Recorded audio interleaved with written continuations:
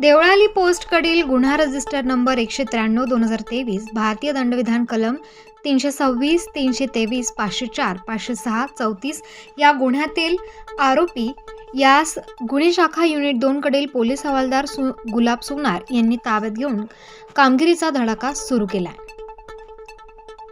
24 डिसेंबर रोजी दुपारच्या सुमारास आतिश भालेराव यांना काही अज्ञात इसमांनी जुने भांडणाची कुरापत काढून काहीतरी हत्याराने गंभीर दुखापत करून मारहाण केली होती.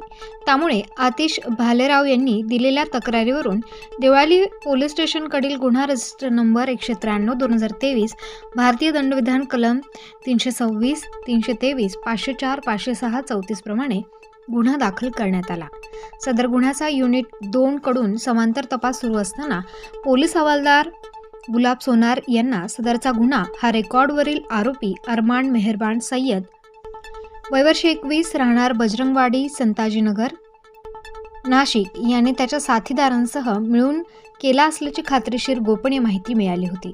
संशयित आरोपी अरमान सय्यद याचा शोध घेत असताना याने यापूर्वी देखील खून व खुनाचा प्रयत्न असे गुन्हे केले असल्याचे समजून आले आहे.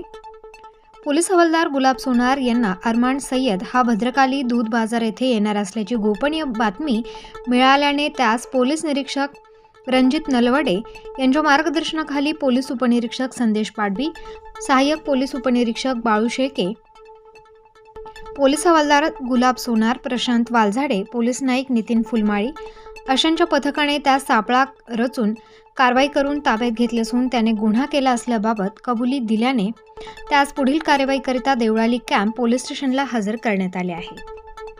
प्रतिनिधी मोहसिन पठाण, स्टार न्यूज, नाशिक.